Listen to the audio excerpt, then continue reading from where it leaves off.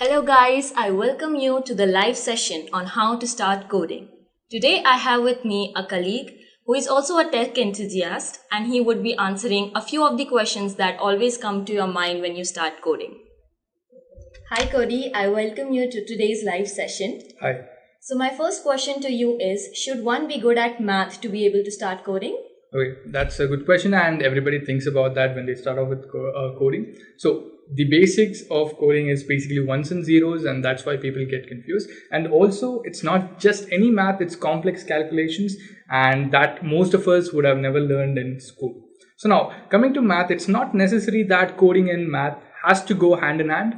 You can also learn math afterwards, or you can have analytical thinking, or if you even have basic knowledge to create an algorithm, that's more than enough to start off with coding, because most of the calculations, complex calculations, is already done by a previous developer, or most of the calculations are done by the computer itself. You're just giving it instructions through code. So it's not always that you need to be an expert at math, but sometimes it will help.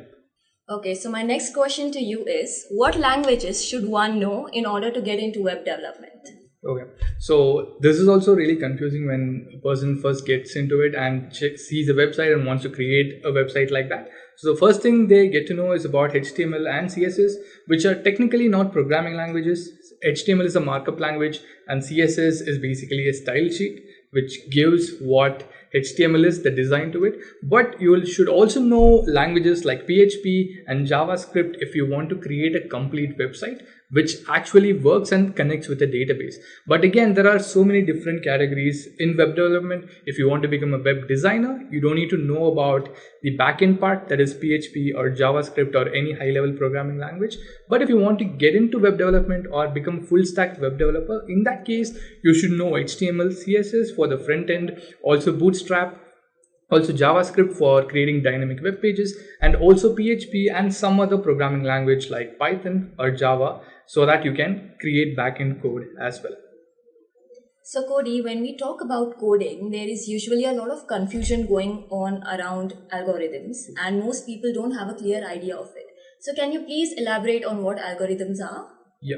So algorithms are basically the things which you tell the computer to do by giving it code. So code is something which you write, and algorithm is the thing which basically tells the computer what to do, basically the logic for the computer.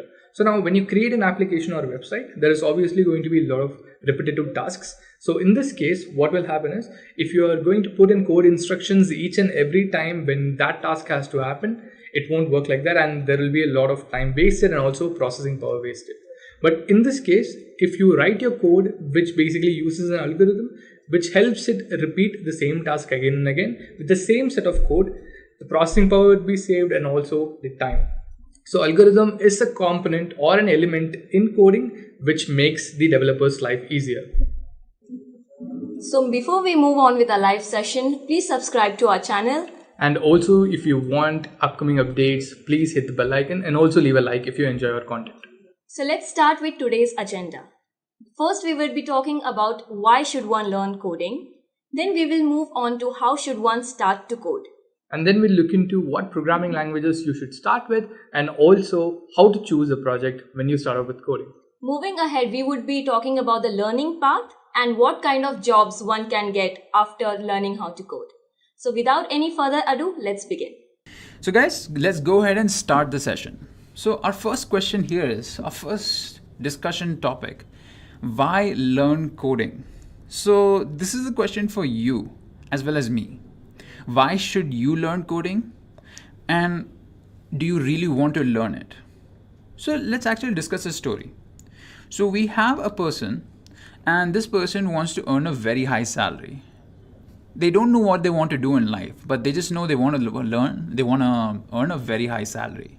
So they decide to become a software engineer or software developer because they heard that it pays a lot.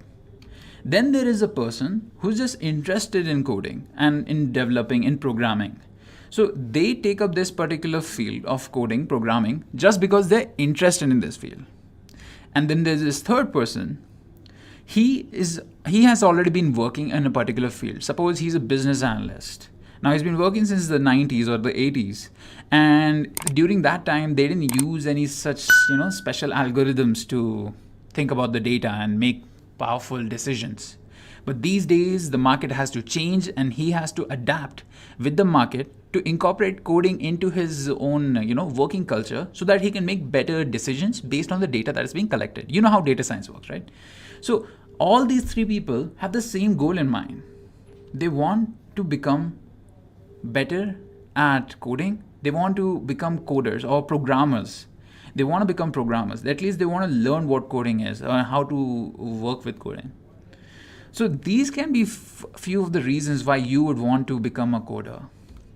Maybe you want to get a really high paying job. Maybe you're just interested in coding. Maybe you're just learning coding to adapt with the change, with the market, adapt to the market, adapt to the change that's happening to the market. So you should ask yourself, why do you want to learn coding? Now this is important. You should ask this question to yourself, because if you don't have the motive of your learning in mind properly, then you will fall off the horse. Once you start learning coding, if you see come across an error, then if you're not able to solve that error, then you'll stop doing it because you don't have any proper motivation. So make sure that you have a proper motivation in your mind when you start off by learning what coding is. So ask yourselves this question: why do you want to learn coding? Alright guys, now let's discuss how you can start coding by yourself. Okay, so you can start coding off basically by figuring out what you want to do. Alright, so let's discuss this. So now you've asked yourself that what is your motive to become a coder? Why do you want to program? Now you have to go ahead with the next step, that is to learn how to start coding. So coding, this is a very generic term, how to start coding. It's a very vast field. Computer science is a very vast field. There are so many different fields you can get into. So you have to narrow it down. So, this is like problem solving. You have a very big problem. You divide into smaller parts and then solve it. So similarly with this question of how to start coding, you need to divide it into a smaller component. So with the question how to start coding, you should first go ahead and narrow it down to where do you want to code or how do you want to code. So first you need to figure out, what do you want to do with coding? Do you want to develop an application? Do you want to make a bot? Do you want to develop a website? What kind of thing do you want to do? So once you've figured that out, you should go ahead and learn what are the languages and the tools that are required for the particular thing. Let me give you an example. Of the person who is just interested in coding, but he's never gotten into coding. He's just heard about how hacking is so cool and he wants to get into coding. So he starts off by first deciding what kind of project he wants to do. So he wants to do a project where he's going to be making a recommendation system on a website. But the thing is, this recommendation system does not use any powerful algorithms or something. It's just for him to share a few details with his family, because the family lives far apart. So he just wants to share a few details with them. So to do that, he's just made this application. So see, it has a practical use, this particular project. And while doing this project, he's learning a lot of things. He's learning how to code a website. He's learning HTML, CSS, JavaScript, PHP, database technology, a lot of different things. Now, this is how I recommend you should go ahead with it too. You should first figure out what you want to do, then figure out what language and tool you need for it, then learn the basics of that language. All the different basics of a particular language, you should learn that and then move ahead and make the application. Now, a few, a disclaimer here. When you're going to make this application, make sure that the application you're making is a very simple one. Because when you start off, always start with baby steps. Because if you start with something gigantic, if you want to make like the whole Facebook website, then you'll obviously fall off the first step itself because you don't know where to start from. So if you're rather making such a huge website, what you can do is you can just start by creating a small website where you basically can create accounts and post statuses. That's it.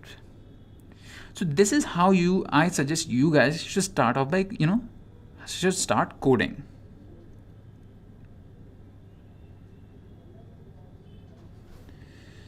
All right.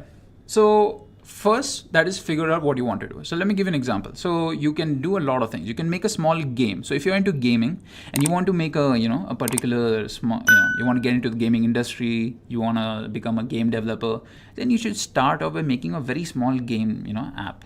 Not an apps per se, like a particular, like a snake ladders, snake game, the one we had on our Nokia mobiles, like that sort of a game, or very simple one, like, the defender game where you're basically shooting aliens from below. And if you're not that, then you can go ahead and make a web application or a mobile application, a very simple one per se, very small things. In mobile app, if you're going to make a mobile app, I would recommend not going for a mobile app right now. But if you're really interested in making a mobile app, then you can go ahead and make a very simple app that just opens up and tells you what the time is. So that way. So then this way, first figure out what you really want to do as a project. Then figure out what are the languages and tools you can use. So there are a lot of languages out there that you can use. Like, let me give you, you have Python, C++, JavaScript, and you have similarly tools with them that you have to use with them. You can use your IDEs, that are integrated development environments, basically where you write the code, and you need compilers and all those tools. So figure out what do you need with all of this. So to give you a better idea, let's take an example of, you want to make a web application. So you've decided that you're going to be making that web application where you're basically going to be displaying time of all the family members that are living across the globe.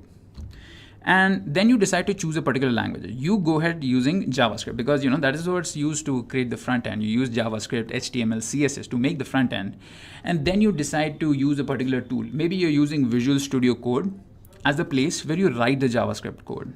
So that is the tool you're using. Then you learn the basics of that language. Now, JavaScript will have a lot of different basics, but it has some coding basics also.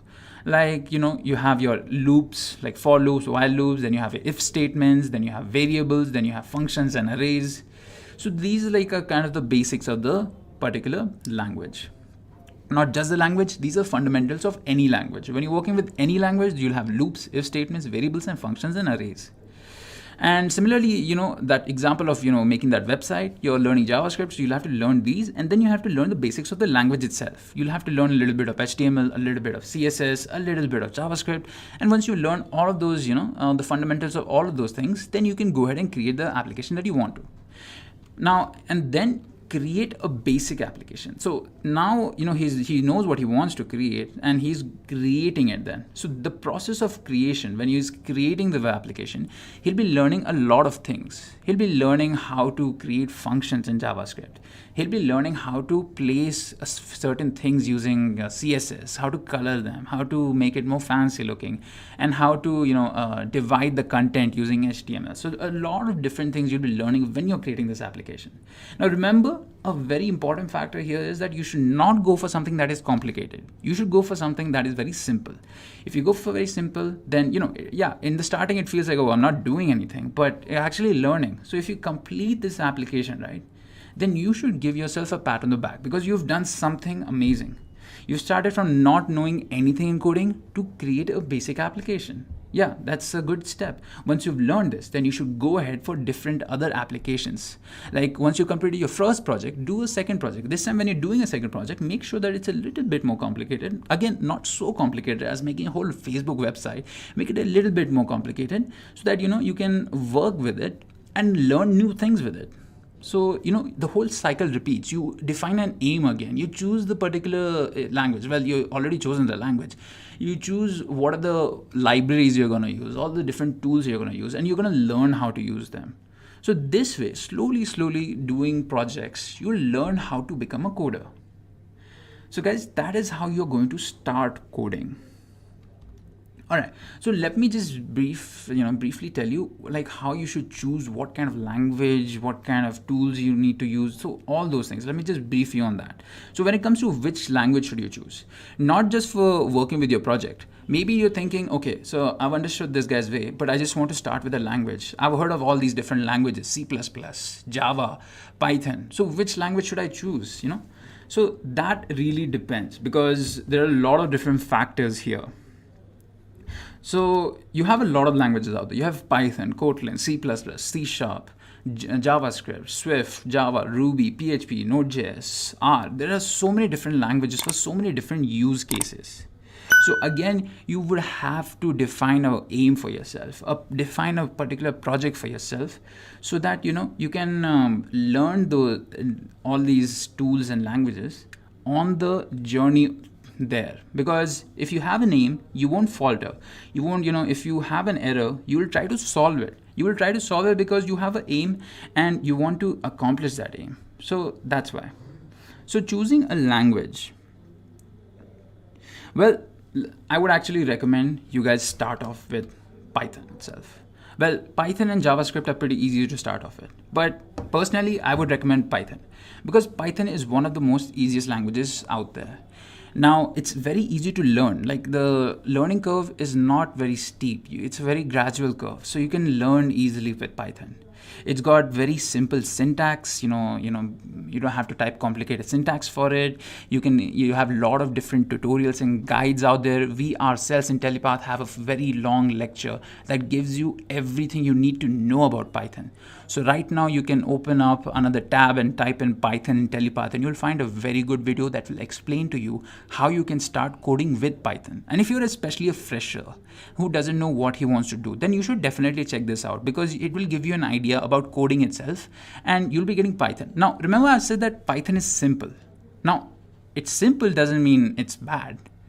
Python has so many different use cases. I can't even list them down right now. A few of them might be software development, data science, and creating bots, writing scripts. There are so many things you can do with Python. And Python is very powerful. A lot of different enterprises make use of Python for their particular applications and whatever they're working with, their projects. They use Python. Python is a very important language. So I suggest you guys to start off with Python. If you want to learn Python, you can start off by, looking at the different tutorials, different guides. And if you think you need a, certification in Python, because maybe you don't have a CS degree, you did not pass out with, CS, or you don't have a degree yet, then you should definitely get certified as a Python developer. And we provide the same also.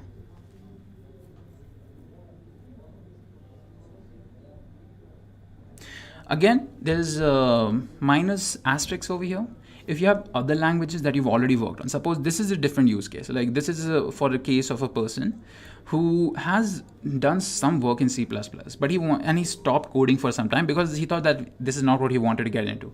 But later he realized his passion again when he started playing games again. So he wants to get back into coding, the whole game. Then in that way, then you should not start off with Python. Maybe you should start off with C++ itself or whatever language you've worked with, because then you already have a basic understanding, and you've already had the basic understanding. Then you can go ahead with the advanced topics also.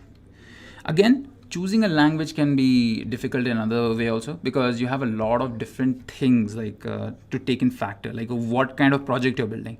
So I told you guys, if you want to start off with just a language, you start with Python. But if you want to start off with a particular project, suppose you're making an iOS app, then you should definitely, use Swift. Swift is, as you can see, this is Swift. Instead of, using JavaScript, you can't use it. So you need to use Swift. Or if you're working with Android, then you need to work with Java and Kotlin. Or if you're working with any websites, then you need to know, again, JavaScript, HTML, CSS, Node.js, PHP, Django, all these different kinds of languages. Or if you want to become a data scientist, then you have to work with Python again. And then either R or MATLAB also. You can work with any three of these. And then software development, if you want to get into software development, C# and Java are a good choice. And then game development, if you're really into creating games, then you can start off by learning C++ and C#. So again, guys, there are a lot of factors here deciding what kind of language you want to choose. I suggest Python because the Python is really easy to use, and it has a lot of use cases. It has really powerful algorithms that you can use and a lot of powerful libraries that you can make use of. All right, guys. So other than languages, what kind of tools can you use? So, debugging. So what is debugging? So if once you start coding, right, you will find a lot of errors in your code. Like maybe you made a page of code and it basically tells you the time. And right now it's not working. In the compiler, you're getting a particular error. You're getting an error that this particular thing is missing. So how do you check that out? Because in the starting, you'll be working by yourself because you're learning the basics. So you can make use of Google. Google is one of the best tools out there. Search that error. Whatever error you get, search it. If you search it, you'll find that there are other people out there who made similar mistakes like you've made. That's why I wouldn't recommend ever starting with a book, because with a book you are narrowed down and you can't ask anyone for help. So learning online is like a really good opportunity. So use Google in your debugging. So debugging would be basically removing that bug, that is the error, and you Google it and you'll find a lot of different sources that will tell you how you can solve your error. And this is where Stack Overflow comes in. Now, Stack Overflow is something you're going to be hearing a lot of times. Like Stack Overflow is very important if you're getting into coding. So remember, Stack Overflow is basically a place. It's like Quora, but it's for like technical stuff. You ask questions and people will try to answer back with, people who are, suppose you're answering a question in Python, then a person who is really, good at Python will try to answer a question. Now, Stack Overflow has a really good community, but we Intellipaat also have a really good community. If you go ahead and ask a question, then there'll be people in our community that will try to answer these questions also. So this is how you can, solve your debugging and try debugging. And these are your debugging tools. And then you have version control systems. Now, remember guys, if you're working on software development, right, then you'll definitely be writing code. You'll be coding. So where will you store this code? So if I wanted to give you a brief explanation of what Git is basically a place where you store your code. And why I wrote version control system here is because, so when you're writing let's take an example. If you have a project, right, your project might have different, like your first iteration of a project. You've made your project and it works really fine, but now you want to add more features to it. So once you start adding more features to it, you create a new version of your project. It's like having different versions of an app. You'll have application version 1, application version 2, application version 3. Now for codes of all of those threes will be stored separately. And that's a basic explanation of what Git will be doing for you. So if you are confused right now, don't worry, just learn how to use Git. Git is very important for any coder out there, and know that it basically is used for storing your code. Then you have your integrated development environments. So you have IntelliJ, Visual Studio, and Android Studio. All of these different studios are basically places where you write the code. Now you're writing the code in them, and you're making use of the functionality they give you. Now, suppose you're writing your code in one of these IDEs, integrated development environments, and you want to use a piece of code that is very long, and you don't want to write it from the scratch. So you can just use the libraries that it provides you or any plugins separately. So just remember that IDE is a place where you're going to be writing a code and using a lot of its functionalities from here and there. So guys, these are the different tools you'll need to know, and choose the tool based on the language, or choose any integrated, there are different integrated development environments out there. You have a Visual Studio Code that can be used for different languages also, but it's mainly used for C#, C++, Visual Basic, and etc. And if you want to work with Python, you have your integrated development environment like IDLE or PyCharm, etc. All right, guys. Now, how do you go ahead and choose a project? Now, choosing a project is as important as completing the project itself, because you're going to be, using this as your main objective, your main goal. It's like, suppose you're going to be making a bot. You're going to be making a bot that posts questions on Facebook for you. So that is your project. That is your main goal. And make sure that you keep it a very simple one. Again, a disclaimer, guys. So if you're going to be starting to code, make sure that the project you're choosing is a very simple project. Even though it's simple, it still sets a goal for you, right? And now you know that you're going to be starting off simple and you're going to be choosing a project. So how do you choose a project? So guys, choosing of a project, the first thing you should do is make sure that it's simple, okay? And the next thing, ask yourself a question. Ask yourself, what are you interested in? Suppose you sitting there viewing right now are very interested in cricket and you want to get into coding. So what you can do is you can basically create a website, or you can create a website that basically lists down all the famous cricketers out there, Sachin or Adam Gilchrist, Sir Viv Richards. You can, basically list, you can create, this can be your project where you're writing, listing down all the different greatest players out there on your website. So that can be a project. So ask yourself, what are you interested in? It can't just be cricket. It can be a lot of different things, and make a project based on that. Or if you want, you can do this also. You can basically check out, ask, see if your family is having issues. Ask them and make sure that it's a little bit simple. Or ask them what issues they're facing. Suppose they're not able to contact you properly. I know we have WhatsApp these days, but just imagine we didn't have WhatsApp and they want to contact you with you. They want to maintain contact with you. So you can make a very simple messaging or very basic email application where you're sending mail to them, they're receiving, they're sending it back to you. A similar use case. Try to think of an idea that you like, or do you want to do it passionately, and choose that as your project. Now again, once you've decided what you want to do, that particular thing will fall into a domain. Now I said that you could be creating a website. Now website will fall into a domain of web development. So there are multiple different web domains. So let's discuss them. So you have web development. Web development, you can see all the different languages you'll be choosing, like your JavaScript, HTML, CSS, Node.js, PHP, Django, etc. And you guys see, if you notice, Django is basically used for writing the backend, and it again is based on Python. So you see how important Python is.